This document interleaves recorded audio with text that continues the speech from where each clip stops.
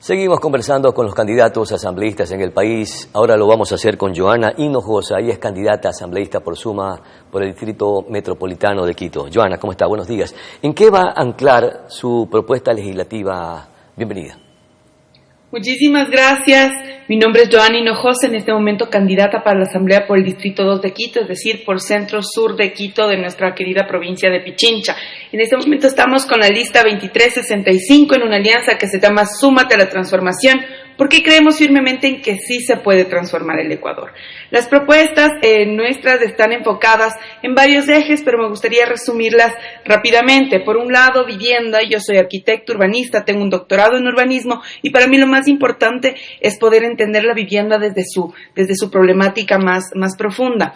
Es importantísimo reformar la Ley Orgánica de Vivienda de Interés Social promulgada en el 2021 para poder acceder y garantizar a la vivienda a la población que así no lo ha podido hasta el día de hoy, que se incrementen mecanismos para acceso a la vivienda. Por un lado, tenemos actualmente el mecanismo de acceso para la vivienda a partir de compra de vivienda nueva, pero también tenemos otro mecanismo que se llama arrendamiento con opción a compra, que hasta el día de hoy no existe en el Midubi un instrumento jurídico específico y una política específica que nos permita acceder mediante ese mecanismo. Por un lado, deberíamos fiscalizar ese mecanismo de acceso. Pero por otro lado, también es importantísimo incluir más mecanismos, como por ejemplo, un mecanismo de arrendamiento social justamente para los grupos históricamente excluidos, para los grupos vulnerables, que en este momento no pueden acceder a un crédito hipotecario por falta de trabajo. Ya, perfecto. ¿Usted tiene algún indicador de las familias que en efecto pagan arriendos y que probablemente eso que cancelan como arriendo pudieran ser parte de una cuota para tener una casa propia? ¿Hacia allá apunta su propuesta legislativa para darle esta combinación y que quienes están en este estatus puedan mejorar su condición de vida con viviendas propias? Efectivamente, en este momento en Ecuador, hoy por hoy, tenemos alrededor de un 41% de déficit cualitativo. ¿Qué es el déficit cualitativo? Es aquella vivienda que tiene que ser reemplazada a partir de una mejora, reemplazada a partir de un mantenimiento de vivienda. Es decir, 4 de cada 10 viviendas necesitan una mejora.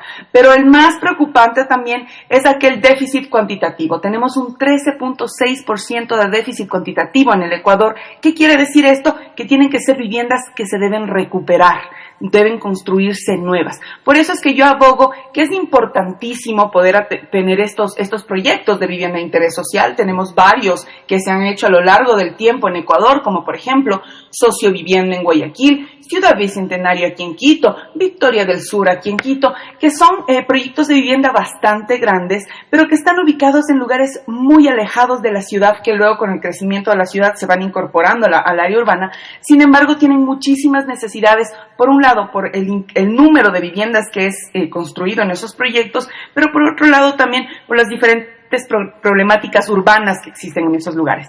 Pero yo abogo por entender a la vivienda sí como un mecanismo de acceso a partir de la vivienda propia, pero también entenderla como, por ejemplo, para los jóvenes que en este momento, hoy por hoy, no tienen trabajo, no pueden acceder a un trabajo asalariado, con beneficios, no pueden pagar una vivienda con crédito hipotecario porque no son sujetos de crédito en la banca privada y en la banca pública. Es importantísimo incluir otros mecanismos y ahí es donde yo, una de las propuestas de campaña justamente es poder acceder y poder incrementar en una reforma en la LOVIS este mecanismo de arrendamiento social. ¿Qué quiere decir esto? Quiere decir que la gente pueda pagar un monto muchísimo más bajo en todos estos edificios que están abandonados hoy por hoy en las diferentes ciudades más importantes del país.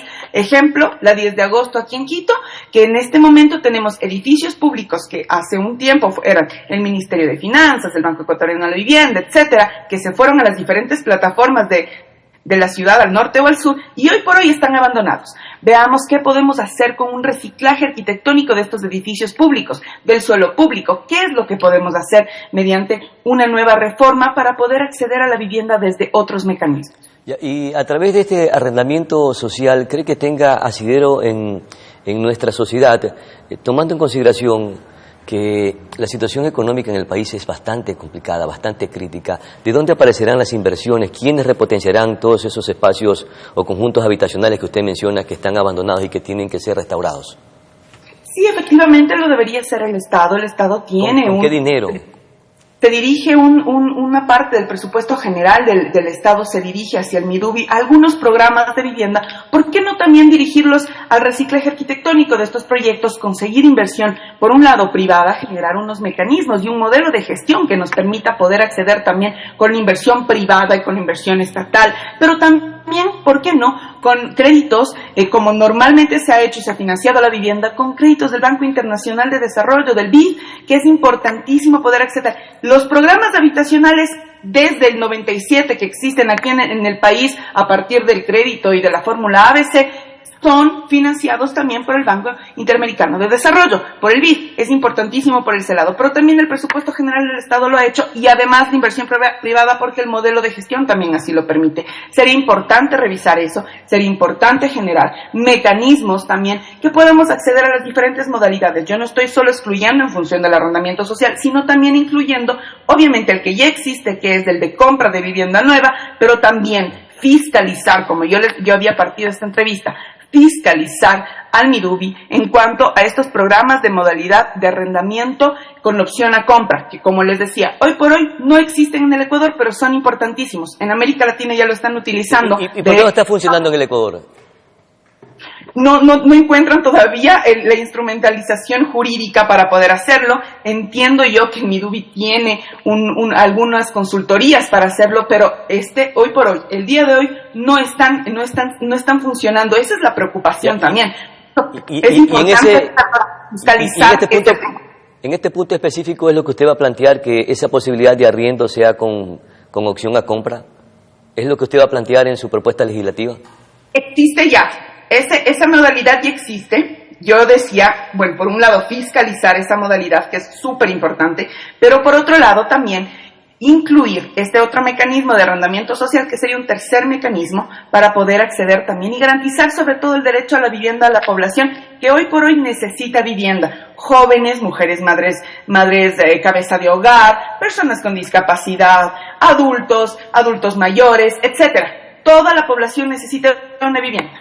Ya, Joana, en cuanto a los derechos de las mujeres, ¿hacia dónde apunta su propuesta legislativa? Efectivamente, bueno, yo les comento, yo soy madre desde que tengo 18 años, es decir, soy parte de estas cifras de embarazo adolescente que tiene el Ecuador. Mi guagua ya tiene ahorita 19 años, entonces yo he logrado salir adelante, pero no todas las mujeres lo logran. De hecho, el embarazo adolescente impacta en la trayectoria de vida de las mujeres, principalmente aquellas mujeres que dan a luz antes de los 20 años. De hecho, hay interrupciones en la educación de estas madres adolescentes en un 43%, lo cual es muy preocupante. Al 2024, de los 36,000 niños nacidos vivos, el 15% corresponde a madres adolescentes. Y una cifra escalofriante. Hoy, en Ecuador, 5 niñas de entre 10 a 14 años dan a luz diariamente. Esas cifras son muy importantes. Antes de los 14 años, las niñas no consienten un acto sexual. Por eso es tan importante poder legislar en función de eso, pero sobre todo, promover una protección legal en casos que así lo requiera, por ejemplo, en niñas de 10 a 14 años que hoy por hoy son madres, durante el embarazo, cuando dan a luz y sobre todo en el posparto. Por otro lado, para mí es muy importante promover el derecho de los adolescentes a recibir una atención integral, psicológica, física, pero sobre todo sexual, sin tabús, que es lo más importante, poder entender la lógica de los adolescentes y poder explicarles de mejor manera cuál es la forma de poder llevar una vida sexual. Que el derecho le debe asistir a los jóvenes en esta situación, sobre todo para darle ese reforzamiento para que estén en estos procesos de adolescencia y también en embarazo en esta corta edad, puedan también tener las herramientas para salir adelante. Correcto. Imagínense que la mayor parte, 4 de cada 10 niñas que han sido madres adolescentes dejan la escuela. Es importantísimo poderles dar herramientas de educación sobre todo para promover su permanencia en el sistema educativo. No podemos dejar que las niñas trunquen su vida porque hayan tenido un bebé antes de los 20 años, que sí es muy complicado. Sin embargo, también debemos ver por estas niñas para poder acceder. Para mí lo más importante, y digamos, esa es una de mis banderas de lucha, porque yo también lo viví, porque yo también lo sentí y porque sé que sí se puede hacer si es que tenemos ayuda. Pero cuando no existe ayuda, ese es el problema. Cuando no hay ayuda, no logran poder tener una trayectoria de vida positiva, sino que normalmente se perpetúa, por ejemplo, un ciclo de pobreza, se perpetúa la dependencia económica. hay complicaciones dentro de su salud física, pero sobre todo también dentro de su salud ¿Y qué tipo de mental. incentivos y oportunidades se les debe brindar? Efectivamente, para mí lo más importante es lograr la permanencia en el sistema educativo, por un lado, lograr que se puedan tener becas para estas chicas, a lo mejor tener un orden de prelación más importante, tanto dentro del sistema educativo, bachillerato, el básico, ¿no es cierto?, el básico y el bachillerato, y por otro lado también dentro de la educación superior. Para nosotras las mujeres es más complejo poder acceder a un sistema de educación superior porque no logramos poder acceder ya que tenemos que maternar en la casa. Normalmente ese rol está encargado hacia las mujeres y a veces no tenemos las diferentes redes para poder salir adelante. Por eso para mí una de las cosas es importante eso. Otra de las cosas también es que podamos acceder a un trabajo digno, ¿no es cierto? Un trabajo estable donde efectivamente podamos cumplir un horario, pero sobre todo tener un salario adecuado, un salario digno, pero también podamos acceder al servicio de seguridad social. Muchísimas gracias, Joana Hinojosa, por conversar con nosotros. Muy amable, muy gentil. Vamos a nuestra siguiente pausa publicitaria. Enseguida volvemos con muchísima más información.